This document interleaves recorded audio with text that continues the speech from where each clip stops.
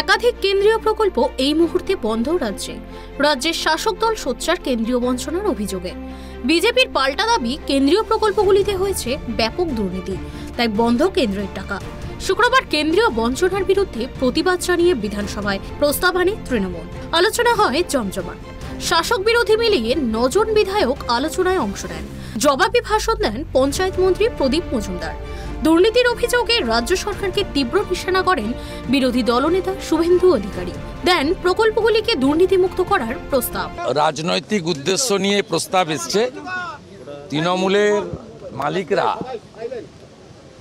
মানে মালিক নিজে, যুবরাজ, এরা বারে বারেই বলে বিজেপি জমিদাররা 4.6 লক্ষ কোটি টাকা কর নিয়েছে আর 1.6 লক্ষ কোটি টাকার ন্যায্য পাওনা আটকে রেখেছে। আপনাকে আমি শুধু হিসাব দেখিয়ে দিলাম। ভারত সরকার 18-19 থেকে 22-23 পর্যন্ত মোট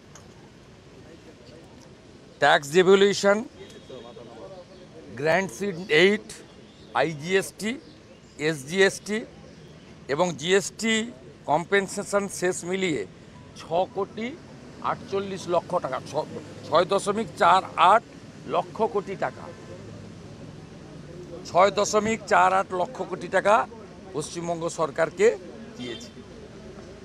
এরা মূলত যে কারণগুলির জন্য এরা অসুবিধায় পড়েছে, এরা আগে সেন্ট্রালের শেয়ারটাকে নিয়ে অ্যাকাউন্টে রেখে দিত, তার সুদের টাকায় খেলা মেলা, দান খয়রাত, পূজা পার্বণ এসব করত, ভাতা ইত্যাদি। কেন্দ্রীয় সরকার এটা আটকে দিয়েছে। তারা প্রত্যেকটা রাজ্যেই ফাইন্যান্সিয়াল ডিসিপ্লিন চালু করেছে, যার মধ্যে এরা আসতে রাজি নয়।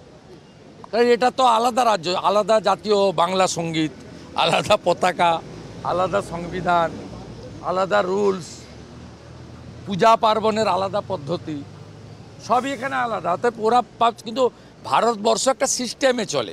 বিজেপিকে পাল্টা নিশানা করেন পঞ্চায়েত মন্ত্রী। বলেন, 21-এর ভোটে ক্ষমতা দখলের স্বপ্ন পূরণ না হওয়ায় বাংলার গরিব মানুষজনের পেটে লাথি মারছে কেন্দ্র সরকার। মানুষকে নিয়ে বিজেপির এই ছিনিমিনি খেলা মেনে নেবে না বাংলার মানুষ। তাহলে কেন মাননীয় মুখ্যমন্ত্রী বা এতবার চিঠি দিলেন কেন, এতবার গেলেন কেন, আর আমাকেই বা পাঠালেন কেন, এবং পরবর্তীকালে আমাদের দলের থেকে এতবার ওখানে আমাদের মাননীয় সাংসদরা গেলেন কেন? আমরা তো চাই সমাধান, এবং সমাধান যুক্তিপূর্ণভাবে। আমরা তো কোনো রকম দয়া ভিক্ষা করতে যাইনি যে অন্যায় হয়েছে মাফ করে দাও। আমরা তো যা আমাদের কাছে তথ্য আছে, যা প্রমাণ আছে, যেমন আজকে আমি এইখানে বিধানসভায় মাননীয় সদস্যদের সামনে আমি পেশ করলাম, ঠিক এইভাবেই ভারত সরকারকে সব কিছু তথ্য দেওয়া হয়েছে। এবং যে কথা এনারা প্রায়ই বলে থাকেন, সেটা যে কত বিভ্রান্তিমূলক এবং মিথ্যা, সেটা তো আমি গ্রামোন্নয়ন দপ্তরের নিজেদের যে রিসিট, অ্যাকনলেজমেন্ট, তারই কপি দিলাম আরেকবার। সংখ্যার বিচারে শাসক দলের আনা প্রস্তাব পাশ হওয়া ছিল সময়ের অপেক্ষা। হয়তো তাই আলোচনার পরই ওয়াকআউট করেন বিজেপি বিধায়করা। বিরোধী শূন্য বিধানসভায় ধ্বনি ভোটে পাশ হয় কেন্দ্রীয় বঞ্চনার প্রতিবাদে আনা সম্পর্কিত প্রস্তাব। Bureau report, tribe TV Bangla.